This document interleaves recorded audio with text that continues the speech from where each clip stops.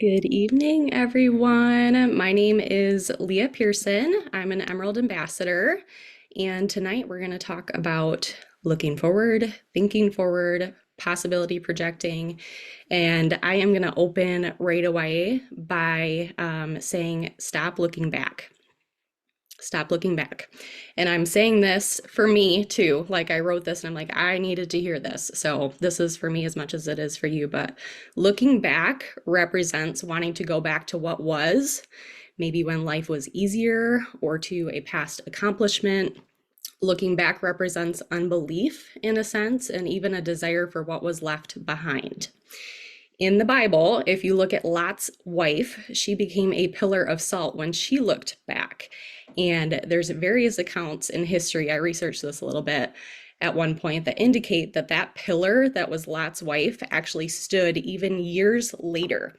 So one account mentioned that even when flocks would come and lick it, that the pillar would grow back to size and continue to stand.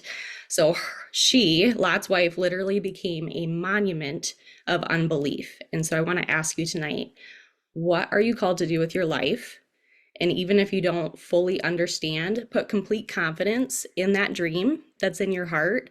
And I'm really challenging you to not look back. And in doing so, you're going to become a pillar or a monument of faith instead of a pillar of salt or a monument of unbelief.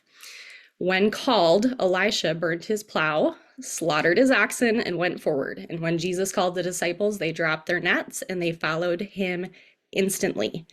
Dare to have the audacity to do that and to go after things with complete abandon. Follow that dream that's in your heart and do it wholeheartedly. And speaking of looking back, I wanted to open with just a blip about being nostalgic tonight. So, has anybody seen, I don't know if it just has come up on Reels for me, but has anybody seen the accounts where people like will do nostalgic things like for millennials or whatever? So they dress like how we used to dress. Have you seen this? What is nostalgia? It's longing for or thinking fondly of a past time or condition. People love it. In your business, what could that look like? Can you drop it off in the comments to let me know some thoughts, what you think? What does that look like in your business? Nostalgia often involves having feelings or sentimental longing or affection for the past. People feel this when they recall and reflect on significant past events. So when someone perceives their past as significantly better than their present circumstances, nostalgia can lead them to dwell on that past. There's even like a nostalgic depression that you can get that is more likely to happen during times of adversity, such as financial hardship, relationship difficulties, grief, trauma, stress, things like that.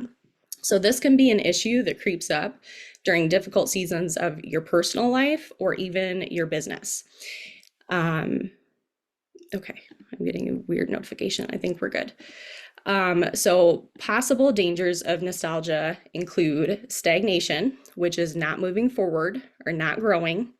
Idealization, which basically just means regarding or representing something as perfect or better than your current reality, even if it's not. So, for instance, my life was easier before Plexus, or my business was easier at this time, 2 years ago, or something like that. And then it also creates a loss of authenticity. So, not being true to who you are, because it's not actually reflecting the growth that you've had and the change in your life. So, being nostalgic or being stuck in the past, it actually releases hormones that are addictive and can keep you stuck.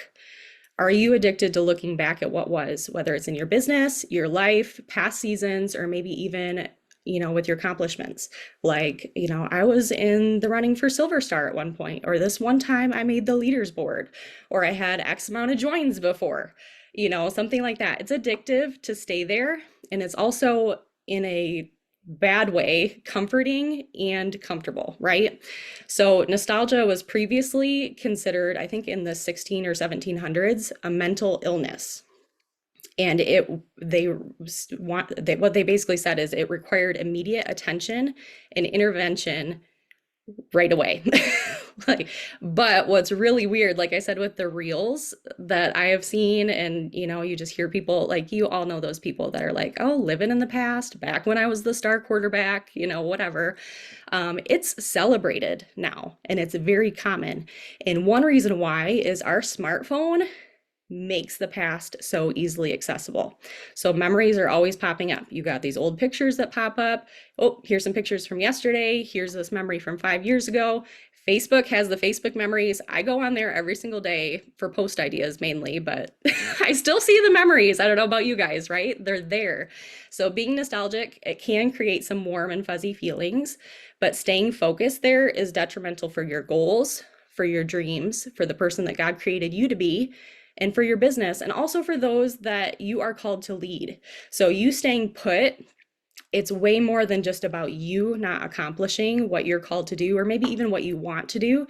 It also affects everybody that God puts in your path. It affects your sphere of influence and who you are called to lead. So this is why it's so important. If you are going to be a leader, you need to be visionary. When in the past, you're not mentally present, and you're not able to give your best, and you're not growing or moving forward. So essentially, what all of this is, it's an epidemic of what we would call cognitive immobility. And in fact, most of us are naturally wired for this. So cognitive immobility is literally being mentally trapped in a place from the past. Everything that we see is reference to the past. That's how we're naturally wired. So for instance, I've got 3 kids that I'm teaching to read right now. When you're reading, you see the beginning of the letters of that word, and you get faster at reading the more that you practice, because your memory references, oh, that's what this word is, because you saw the first few letters. So your mind wants to see what it sees now and then reference it to something from the past. Evaluating your past as a whole, it can absolutely teach you lessons. I'm a very reflective person, but spending most of your time there is not productive. Use memories, but do not let them use you. So what are some examples of past thinking, and how can it show up in your business? If you guys have some that you can think of, again, pop those in the chat. I'm just going to list a couple. So if you have cognitive immobility, this can show up in multiple ways. If you maybe grew at a certain pace up until now, like in your Plexus business, and so maybe you are assuming, you know what, it is going to take the same amount of time to grow those 100 points because this is what happened in the past. This is my lot for life. It took me a year to go gold. That's what my lot is. But spoiler alert, compound effect. It makes a huge difference. Keep going. Okay, don't limit what can happen. Another example, failure, or maybe even perceived failure, like it wasn't actually failure in your business, but you felt like you failed in an area. Maybe it was losing a customer or a business builder, trying to talk to someone about the business and they said no, shooting for a really big goal and missing it, things like that. Cognitive immobility makes you automatically assume that this will happen again. Spoiler alert again, that's not the case, just because really you're learning and getting better every single time. So you are a better version of you already. Another one, fear of maybe bringing in a new business builder. I've heard this. I've thought this before. I've heard this from other people.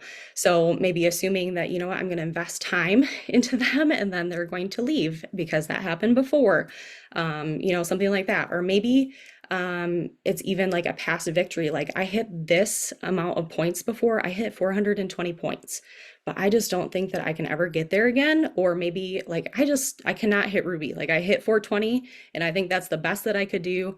I'm stuck there. That's my past victory. That's my all-time high. I'm not getting any higher than that. Not true.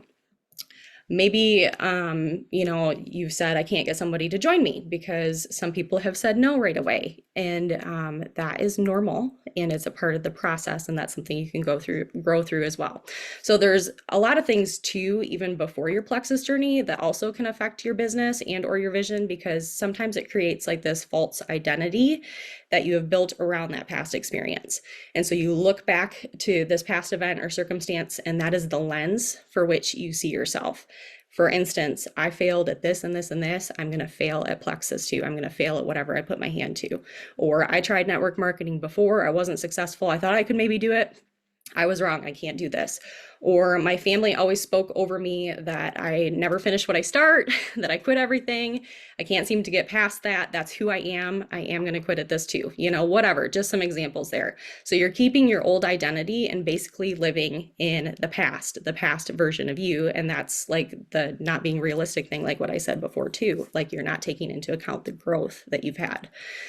You probably have heard, and I was thinking about this, wanted to just kind of throw this in there too, but you probably heard the term limiting beliefs if you've been around here long enough. And a lot of times I think that limiting beliefs about your business or about you, a lot of times those are rooted into your past or past thinking as well. And really, you're just ruminating on that. It's not that they're true. You've just been revisiting them. You've been dwelling in that and you've been believing it. So it's normal to have these thoughts and feelings. As I said before, most of us are wired that way, and that's why we need to be intentional about it. So we are wired for being nostalgic and focusing on the past. It's normal. To an extent, in some ways, it can bring those warm, fuzzy feelings, like I said, but it can prevent growth. So this is why it's important to always have forward thinking and being visionary. Forward thinking pulls you out of being stuck in the past and also out of your current circumstances, maybe if you're not quite where you want to be yet. And as I said before, when someone perceives their past as significantly better than their present circumstances, nostalgia can lead them to dwell on the past. And then that's where the nostalgic depression happens too, when life gets hard. So this is why it's important in all seasons of your business to focus on the future and being visionary. There are two ways to view and operate in life in regards to your mental state: past, which we've been talking about, and then future. There are a select few people who operate naturally out of vision, imagination, dreams. That is the dominant filter in which they see their life, but it is uncommon. If you have people like that, get around them. Most people, however, operate out of history and memory, and they wonder why they keep repeating the same life over and over. So the same results, the same emotions. Like I said before, I failed before, so I'm going to fail again, all those examples. So in regards to your business and in regards to what you think is possible with your life, which one are you? Do you gravitate towards the past, or are you a visionary? Past focus, future focused? Let me know in the comments. Instead of cognitive immobility and past thinking, we need cognitive mobility, thinking that is moving forward, mobile thinking. And I have two tools that I want to touch on that will help with cognitive mobility, because the good news is, even though like you might think, oh, I just need to be gifted as a visionary, this is a skill that you can learn too, and it's a muscle that you can work and grow in. So I've got two tools I'm going to talk to you about for cognitive mobility, which basically helps you living in expectation, vision, imagination, and dreaming. So it's really important to be intentional about this. If you aren't intentional, you're going to keep going back to that same mountain, circling it again, repeating the same mistakes, not growing, staying stuck.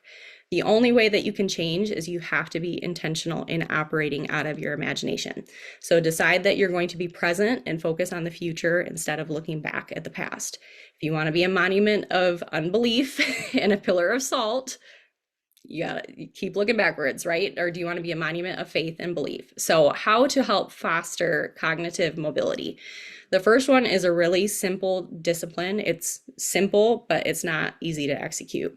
And that is be smart with what you're doing on your phone. Your phone feeds nostalgia and keeps you in that mindset. Like I said before, it automatically puts you in the past, and it's a distraction.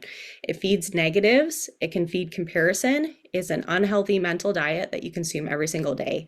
And in our businesses, we are called to show up and to add value, not necessarily just consume, consume, consume. So becoming more present in your life is going to get you dreaming about your future and being more visionary. I recommend doing a regular phone fast where you put your phone away for periods of time, whether it's part of the day each day.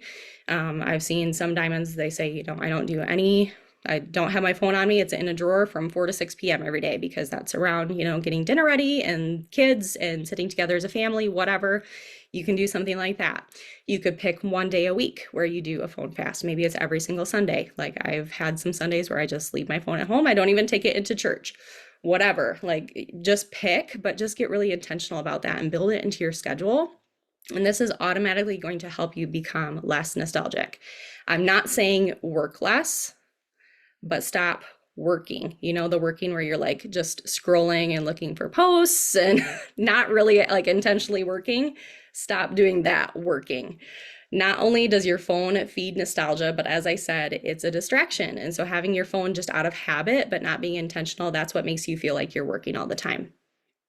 It's not that you're working all day long. It's probably you're just scrolling. It creates bad habits. So if you're struggling and thinking that you don't have enough time to work your business, I want to pause you right there and challenge you. Do you have office hours set? And are you being intentional with your phone time? If not, I would start there. Give it a couple weeks and you might feel completely different. You probably will feel completely different about that. If you do have a unplug or like leisure time scheduled into your week, like once a week, my husband and I watch a movie together.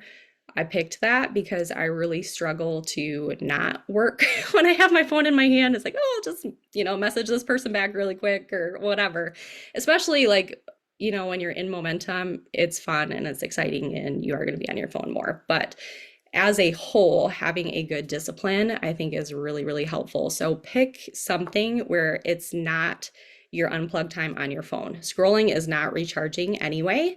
So if you're feeling the need to refresh, then you need to do things that actually will yield benefits to your brain and to your nervous system and to your body. So get outside, practice grounding, walk around barefoot. Swinging is great for your nervous system. Random fun fact, exercise, rebounding, do your devotions, breath work, go to bed on time. Those are all deep restorative activities. Read the book High Performance Habits. That will help show you, more things as far as like recharging your energy. But don't scroll your phone to unplug. Have better habits and stop being sloppy with your business. Like I needed to hear that too. Stop being sloppy with your business. Your phone really distracts you from your dreams and doesn't allow you to go there and fuel your imagination and get serious about your future. It just numbs your brain so you're not dreaming. So get really intentional about that. The second tool for getting out of the past and becoming more visionary is the tool of possibility projecting.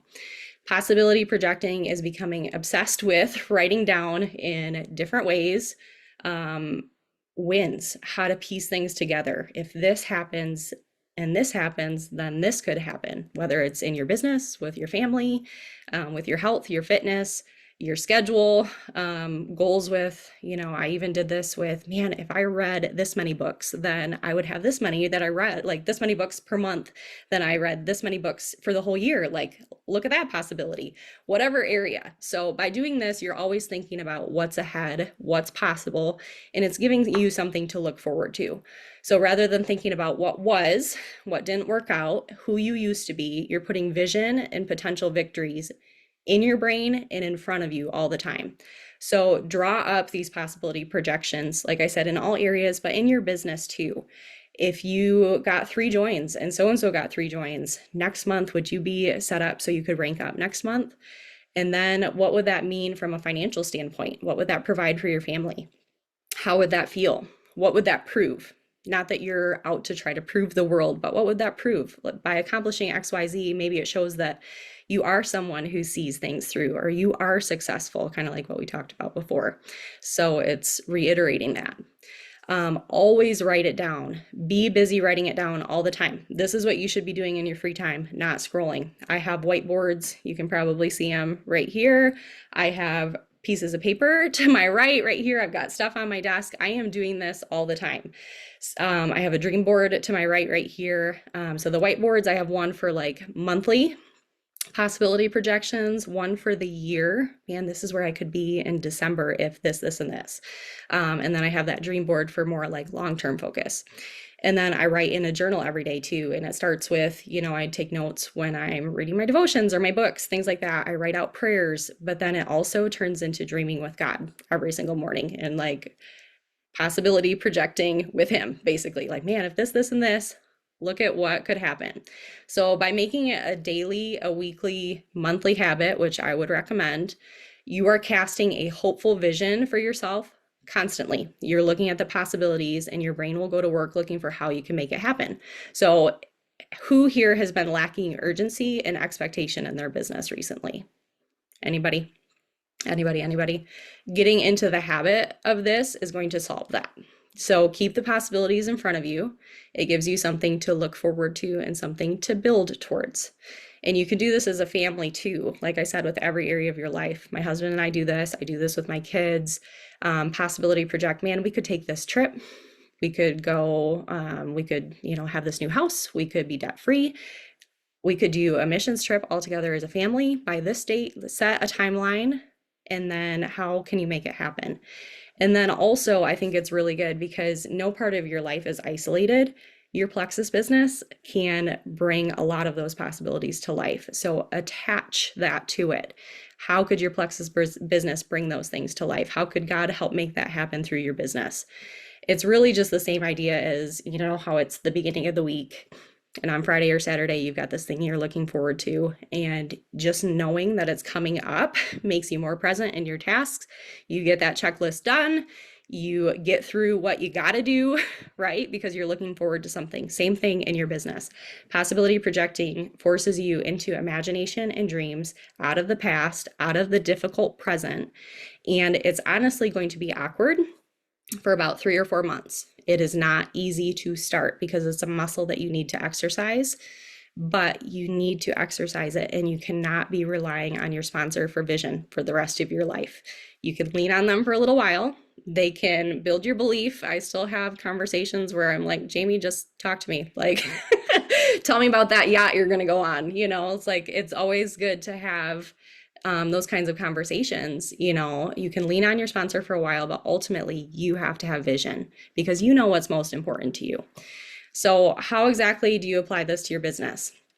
Do you have possibility projections for this month? Have you been mapping out your months? Not just, man, I hope I maintain my rank. Man, I hope I get 3 joins. I really would like that walking pad, whatever. Is that how you have been going through your months? I want you to intentionally look at your organization and decide what is your point growth goal for this month? How many team joins would it take to get there? Then I want you to go into your virtual office and ask your sponsor if you're not quite sure where this is at, but get to that big list of names, everybody in your organization, scoot all the way over to the right, double click on your people's points, and based on that, and do it for the last month, so for April. Based on that, take a look at where did they end? Who could rank up this month, or who could re-rank? Who has maybe 6 to 12 points and has never went silver before? Who is a happy product user? Like, go through that. Like, these are people. They're not just numbers. They're people. Man, here's a happy product user. I think I could reach out to her and see if she would put up a post or maybe host an event. Identify those things. Write out those names of who could go silver. Put 3 blanks underneath their name.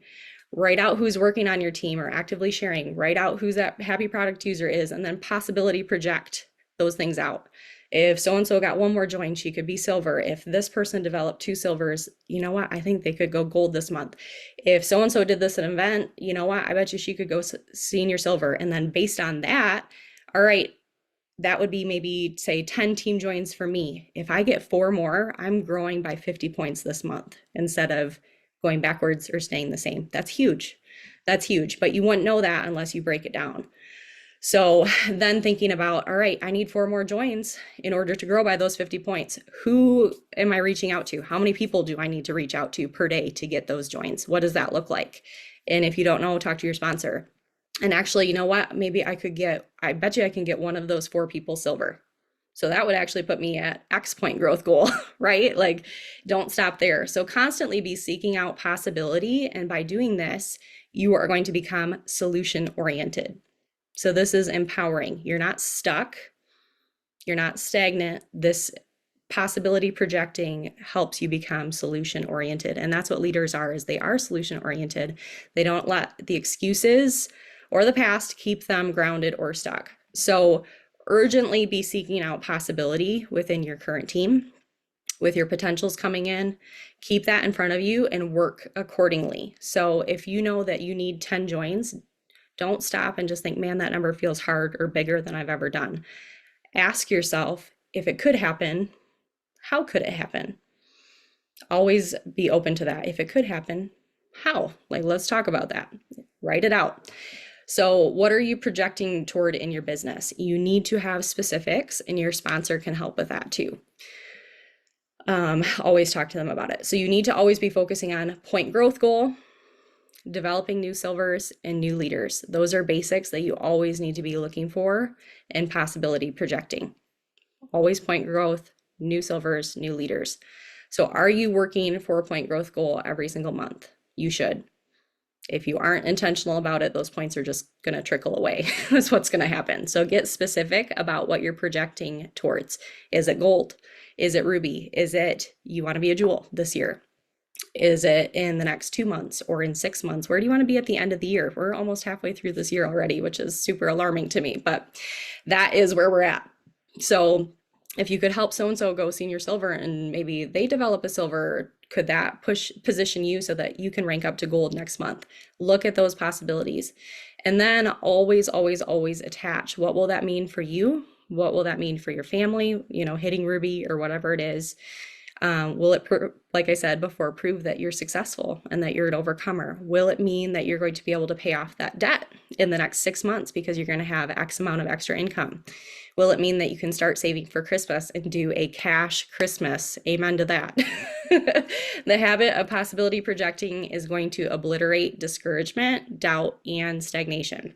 So get busy thinking about vision and things to come, and then you don't have time to think about and live in the past.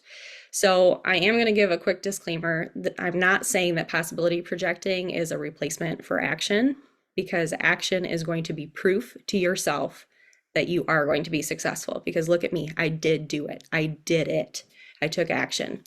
But honestly though, focusing on what's possible in your spare time, at the dinner table, scratch it on a napkin, whatever, during your prayer time, while you're on a walk with your husband, dream together, that is going to fire you up and get you to work and be hungry for what's to come. And so there's really just a perfect pairing of dreaming, inspiration, and action with this. So just to end here, we'll wrap up. What areas are you living in the past in your business? What limiting beliefs are attached to the past, maybe that you have, or a past version of you, or is it like a past success or failure that you're stuck in? And then possibility project for May, write out a point growth goal specifically, not maintaining. It could be re-ranking, but not just staying where you're at. A point growth goal. And then I will also want you to look at some potential ways that you could go, you know, like go through your virtual office, like what I said earlier. What are some ways that you could make that happen? And then I want you to think about, I've been thinking about Ruby Retreat. That's one thing that I've been possibility projecting, and I want a whole pile of people with me. So are you going to qualify for Ruby Retreat? If so, how is that going to happen? Like, write out some possibilities of how that would be possible. And then don't stop there. Even if you've never been to Ruby Retreat before, how many people are you going to bring? How can you make that happen? And then think too, so that's November, by the end of the year, where could you be? Again, possibility projections, it really just makes you solution oriented, which I love. Solution oriented is something you've got to be. So have this done before you connect with your sponsor for your coaching call this week. Then on your coaching call, connect with them and talk to them about what you're looking forward to and what you're excited about, because this is going to make you excited again. That point growth goal, some of the possibilities, what you have mapped out, share that with them. And then with your sponsor, because I said action is not left out with this, piece together some action steps that are in alignment with what you have mapped out, so they can give you some realistic expectations. Like, you know what, this is possible. I think you can do this, but I think you need to up your activity to this, or whatever. They can help you and guide you with that, because everybody's journey is a little bit different. So by doing this, you are going to be a living example of faith, belief, and I guarantee, I dare say, I guarantee that you are going to see growth and success in your future. So that's all I have for you. Thank you everybody for joining. And I'm going to submit my answers to my sponsor too.